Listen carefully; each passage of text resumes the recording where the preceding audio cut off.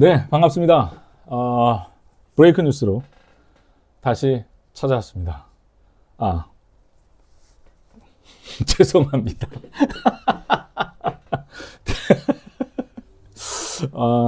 저 예상과는 좀 다르게 트럼프 대통령과 김정은 위원장의 만남이 성사되지 못하게 됐습니다.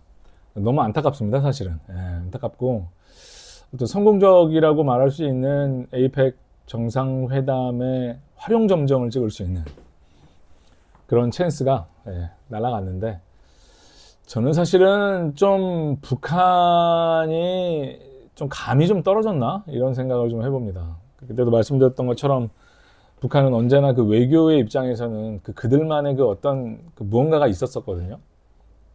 근데 이번에 트럼프를 안 만난 거는 뭐 중국에서 뭐 만나지 말라고 했건, 러시아에서 뭐 만나지 못하게 했건, 뭐 여러 가지 이유가 있겠죠. 당시에 이제 하노이 회담에서 김정은 위원장이 어떻게 보면 트럼프 대통령에게 뒤통수를 맞지 않았습니까? 그 먼 데까지 그 철도를 해가지고 거기까지 갔는데 거기서 빠그러졌으니까요. 근데 그런 걸 좀 떠나서라도 이번엔 좀 김정은 위원장이 만났었어야 됐다 이렇게 생각을 하는데, 뭐 다음에도 기회가 있을 거라고 생각을 합니다. 자, 2025년 10월 말에서부터 11월 초까지 경주에서 열렸던 에이펙 정상회담이 이제 마무리가 됐습니다.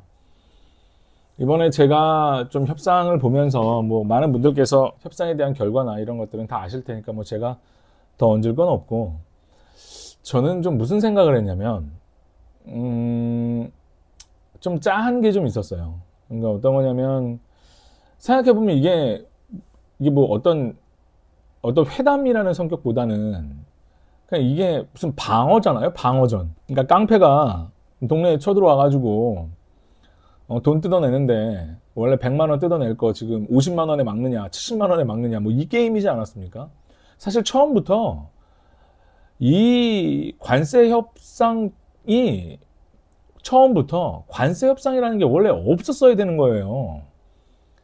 원래는 없었습니다. 그러다가 자기네들 마음대로 25%를 때리고, 그러다가 15%로 낮춰주는 조건으로 이런 거 내놔, 지금 이런 거니까 이게 처음부터 있어서는 안 되는 회담이었죠. 사실은 뭐 회담도 아니죠. 그냥 아까도 말씀드렸다시피 그냥 방어입니다, 방어. 근데 좀 마음이 좀 짠 게 좀 있었어요, 저도. 그 뭐 금관도 막 주고 막 훈장도 주고, 아예 뭐 줄 수 있죠. 그게 뭐 돈 드는 일입니까? 100번이라도 줄 수 있죠, 사실. 국익에 이익이 된다면. 근데 참 그 깡패에게 그렇게 고개를 좀 숙여가면서, 그게 참 어떤 약속으로서의 어떤 참 비루함 같은 거였습니다. 이재명 대통령이 마지막에 좀 좋은 얘기를 해줬는데, 우리가 강대국이 돼야 되겠다 이런 생각을 한다는 건 정말 좀 마음에 와닿는 말이기도 했습니다. 좀 어려웠어요. 어려웠는데 뭐 많은 분들이 결과를 뭐 이미 보셨다시피 제가 생각했던 것보다는 훨씬 더 좋은 딜이 나왔다고 저는 생각을 합니다. 뭐 그냥 반가이 치는 것보다도 뭐 한 3분의 1 정도는 그 마스카에 투자를 하고 나머지를 이제 10년 분할로 나누어서 준다. 좋은 딜이었던 것 같아요. 왜냐면 뭐 트럼프 임기가 뭐 3년 정도 남아 있고 10년이니까 뭐 앞으로 어떻게 될지도 모르는 거죠. 근데 하지만 생각해 보면 여러분, 내가 어딘가에 투자를 하는데 그 투자가 완전히 원금도 회수되기 전부터도 50-50대로 나눈다는 게 이게 사실 말이 안 되잖아요. 내가 투자를 하는데 상대편이 자기가 원하는 데에 투자할 수 있고 자기네들은 잃는 게 아무것도 없잖아요. 우리가 돈 다 내는데 그것도 원금을 다 회수한 다음에 그 다음에 이윤에 남았을 때 50대 50도 아니고 받기 시작하면서부터 50대 50이라는 게 이런 건 없죠. 이런 딜이 어디 있습니까, 사실. 근데 뭐 어쨌든 뭐 그것을 뭐 탓한다기보다는 이미 벌어진 일이고 이미 뭐 일어난 일이니까 나름대로 이재명 대통령과 정부 쪽에서 참 최선의 성과를 내지 않았나, 뭐 이런 생각을 좀 해봅니다. 뭐 아쉬움이 있죠. 좀 더 잘했으면 좋겠다 이런 생각이 있지만, 그래도 이 정도면 다른 나라들에 비해서 매우 선방했다, 뭐 이 정도는 평가할 수 있는 부분이 아닌가 싶습니다. 제가 그 이재명 대통령을 사실 저는 잘 모르거든요. 저는 이재명 대통령을 잘 모릅니다. 제가 미국에서 한국에 들어왔을 때 이제 막 그때 들어와가지고 좀 이따 막 계엄 터지고 막 했었으니까 뭐 저는 잘 모르는데, 그 묘한 그 어떤 그런 게 좀 있는 것 같아요. 좀 어떤 거냐면 홈그라운드, 그러니까 경주에서 열리는 정상회담이니까 많은 이제 정상들이 이제 찾아오고, 그러니까 우리가 이제 호스트가 돼서 이제 초대를 사람들이 온 걸 이제 환영해주는 그런 입장이어서 그런지 모르겠지만 굉장히 자신감이 있더라고요. 그러니까 누구를 만나도 어느 정상을 만나도 대단한 자신감이 좀 있다는 거는 좀 보여집니다. 그러니까 제가 항상 이재명 대통령을 볼 때마다 좀 느끼는 굉장히 좀 신선한 부분은 참 신기하게 어떤 사람이 어떤 위치에 이렇게 올라가게 되면 그 갭이 형성이 되거든요. 뭐 물론 이게 뭐 어떤 부의 높낮이, 어떤 사회적 지위 이런 것보다 이런 것도 뭐 설명할 수 있겠지만 그래도 좀 이렇게 대화하는 형식들이 각자가 자기가 살아온 그 삶의 궤적이 있기 때문에 그렇게 차이가 나거나 이런 사람들하고는 사실 대화를 잘 못해요. 근데 이재명 대통령을 가만히 보면 제가 참 신기하게 느끼는 것은 누구랑 만나도 대화가 된다는 거예요. 너무 신기한 겁니다. 노벨 뭐 물리학상을 받은 무슨 어떤 석학을 데려다 놔도, 뭐 어떤 철학가를 데려다 놔도, 아니면은 그냥 여기 동네 시장의 할머니를 만나도 1시간이고 2시간이고 대화가 된다는 거예요. 저는 이게 굉장한 장점이라고 생각합니다.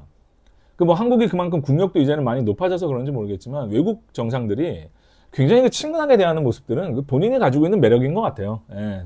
그런 부분에서 본인이 이제 자신감이 있고 뭐 그런 부분들을 여실하게 좀 나타냈고, 뭐 저는 뭐 개인적으로는 뭐 다른 거는 다 뭐 인상에 많이 남지만 그 시진핑 있잖아요.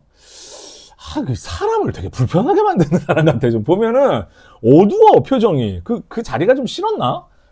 아니 뭐 어차피 트럼프도 없었고 이제 트럼프가 가고 난 다음에는 다 중국이 이제 어떻게 보면 G2 중에 원이 가서 시진핑이 이제 거의 원탑으로 가니까 막 많은 정상들이 막 시진핑하고 만나고 싶어가지고 막 줄 서서 막 인사하고 막 이런 모습들 보면 뭐 얼굴이 좀 그렇게 뭐 다풀 것도 없는데 이렇게 얼굴이 좀 불편해. 사람이 분위기가 이렇게 좀 뿜어내는 아우라가 좀 사람 불편하게 만드는 게 좀 있는 것 같아요.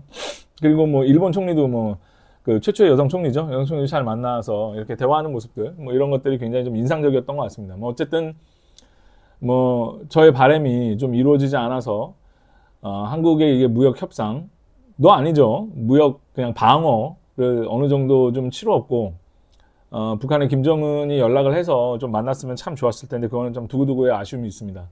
뭐 북한이 좀 저는 이번에 정말 실수했다고 봅니다. 뭐 잃을 게 뭐가 있습니까, 북한이.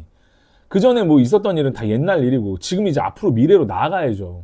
그 정도 이제 이런 기회가 또 언제 올지 모르겠지만 어쨌든 그런 부분을 빼고서는 좀 절반의 성공은 아니었나 이런 생각을 좀 해보게 됐습니다. 이 어떤 대통령 그 다음에 그 밑에 있는 그 고위직들이 얼마나 많은 노력을 했을지, 그리고 그 자리가 참 얼마나 엄중한 자리인지 이번에 좀 여실하게 나타내는 것처럼 보였습니다.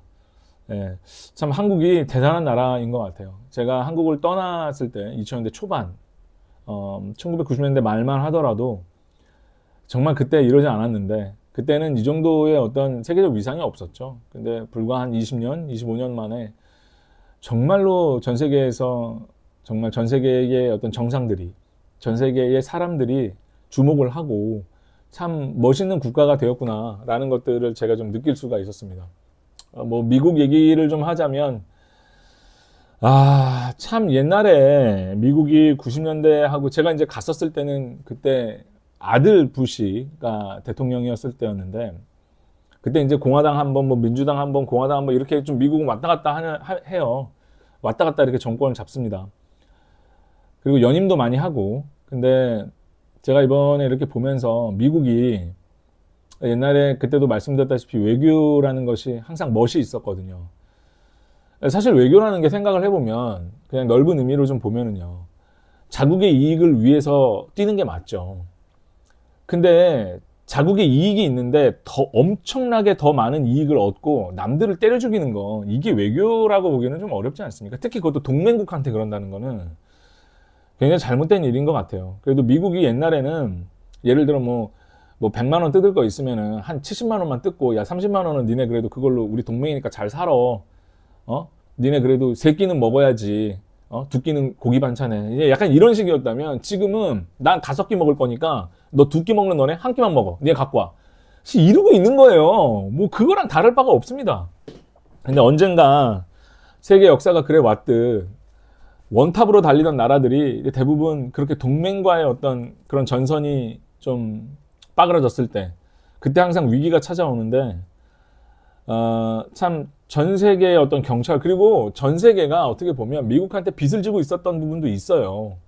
세계 제2차 세계대전 당시에 히틀러의 그 나치의 공포에서 사실 어떻게 보면 2차 대전에 수많은 희생을 감수하고 승리로 이끈 것이 어떤 미국의 공이 굉장히 컸고, 또 미국의 그 천재들이 모여서 만든, 뭐 지금이야 항상 이슈의 중심에 있지만 그 어떤 여러 가지 핵 무기라든가 이런 것들이 또 평화를 지켜내는데 일조한 건 맞죠. 그 이후로 전 세계의 어떤 모든 그 흐름들이 미국으로 와서 미국이 어떤 뭐 과학 분야라든가 뭐 예술 분야라든가 뭐 경제, 문화, 뭐 군사력 모든 부분에서 지금 그 군사력이 좋은 군사력의 탑 20위에 드는 모든 나라들 1위 미국을 빼놓고 19나라가 다 합쳐도 미국을 따라가지 못해요. 그래서 미국이 천조국이라는 말을 듣는 거 아닙니까? 그런데 진짜 이렇게 포악스럽고 우악스럽게 이렇게 달라들면 이거 언젠가는 저는 미국이 크게 정말 한 방 먹는 날이 있고 이거 페이백 당하는 날이 있습니다. 네, 참 씁쓸합니다. 씁쓸하고 그 한국 그 아까 말씀드렸던 것처럼 한국이 더 분연히 잘 일어나서 여러 가지 측면에서 정말 세계를 선도하는 그런 나라가 이제 되었고 앞으로 더 돼야 되겠다라는 생각을 해보게 됐습니다. 뭐 에펙 정상회담도 마쳤고 이제 뭐 크게 국제적으로 뭔가 큰 이슈가 이제 연말까지는 뭐 별로 없을 것 같은데요. 그리고 좀 제가 좀 기억에 남는 것은 이 젠슨 형하고 이제 우리 이재용 회장님, 그 다음에 우리 의선이 형하고 이렇게 모여서 이제 치맥 회동을 여기 삼성에 있는 치킨집에서 했습니다. 근데 제가 그 보면서 좀 느낀 게 뭐냐면 자기네들 그냥 각자 자기 일 하는 거예요. 엔비디아가 그래픽카드 뭐 팔고 할 때 그거 뭐 공짜로 줬습니까? 아니 그리고 삼성도 그렇잖아요. 삼성도 뭐 핸드폰 우리가 다 돈 주고 사는 거고, 예? 현대 자동차 그거 다 우리가 돈 주고 사는 거지. 뭐 그쪽에서 공짜로 준 것도 아닌데 뭐 그 일 가지고 뭐 거기가 무슨 성지네 뭐네. 아유 저는 좀 그거는 좀 그래. 그냥 각자 그냥 일하는 사람들끼리 모여서 뭐 치맥한 거 갖고 가가지고 막 언론이 막 대서특필하고 지금 며칠 동안 지금 그 얘기 하잖아요. 그 뭐 치맥을 먹었네, 뭐 26만 개 뭘 줬네, 뭐 삼성의 주가가 올라가네, 뭐. 아, 그러니까 남이 잘 되면 좋죠. 뭐 근데 뭐 그것 때문에 뭐 막 댓글들을 보면 뭐 반성해야 된다, 뭐 더 잘해야 됐다 생각한다, 뭐 삼성 뭐 대단한 회사다, 뭐 현대자동차 파이팅한다. 아 좋죠. 좋은데 여러분들도 각자 여러분들 직업에서 다 대단한 사람들인 겁니다. 그러니까 운이 좋아가지고 그냥 재벌집에서 태어나서 이게 남들보다 훨씬 더 풍요로운 삶을 누리고 있는 것 뿐이지. 뭐 그게 무슨 뭐 거기가 뭐 성지네, 뭐 우리가 뭐 떠받들어주고 뭐 어마어마한 무슨 스타인 마냥 그러지 마십시오. 그게 뭡니까 그게. 하여튼 뭐 이번에 제가 참 염원하고 바라던 만큼의 딜은 이루어지지 않았지만 어쨌든 미국에서 살려고 하고 또 미국에서 오랫동안 살았던 저로서는 굉장히 좀 안타까운 마음도 좀 있고 언제쯤 예전에 미국으로 돌아올 수 있을까? 언제쯤 그 엣지 있는 그 넘치는 어떤 그 외교에 사실 미국이 외교를 참 잘하는 나라였어요. 아니 근데 생각해보면 외교라는 게 어느 정도 갖고 있는 위치에서 시작을 하는 것과 없는 위치에서 시작을 하는 것은 천양지 차이죠. 그런데도 참 미국이 그래도 그런 멋이 있었었는데 그런 것들 없이 그냥 너무 폭력적이고 그래요. 예. 그러니까 뭐 우리나라의 입장에서 그렇게 뭐 무궁화 무슨 뭐 훈장 주고 막 금관 주고 그러는 게 협상을 잘하기 위해서 그걸 준 거 아닙니까? 그 정상의 마음을 사로잡기 위해서. 근데 그 안에 정말로 그런 존경심이 좀 있는 그런 대통령이었으면 얼마나 좋았을까? 그 안에 존경심이 어디 있습니까? 그 안에 뭐 존경심이 1이라도 있습니까? 뭐 진심이 1이라도 있어요? 그런 걸 모든 사람들이 다 알고 전 세계가 다 알잖아요. 그러니까 사람들이 막 SNS에 막 그 비아냥하고 하는 거 아니겠습니까? 11월입니다.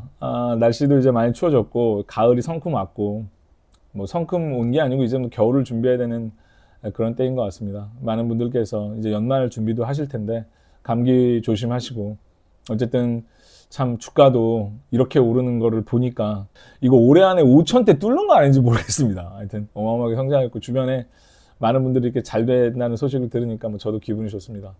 이 방송을 어디에서 보고 계시던 간에 중요하게 여러분들에게 말씀드리고 싶은 것은 뭐 이재용, 뭐 정의선, 뭐 젠슨형, 네? 그것보다 여러분들이 개개인이 각자 하시는 일들, 그 모든 일들이 그거에 비해 전혀 초라하지 않다는 겁니다. 그 말씀을 좀 드리고 싶었습니다. 전 세계 어디 계시든 여러분들의 건강 유의하시고, 한국에 계시는 분들은 감기 유의하시기 바랍니다. 저는 다음 시간에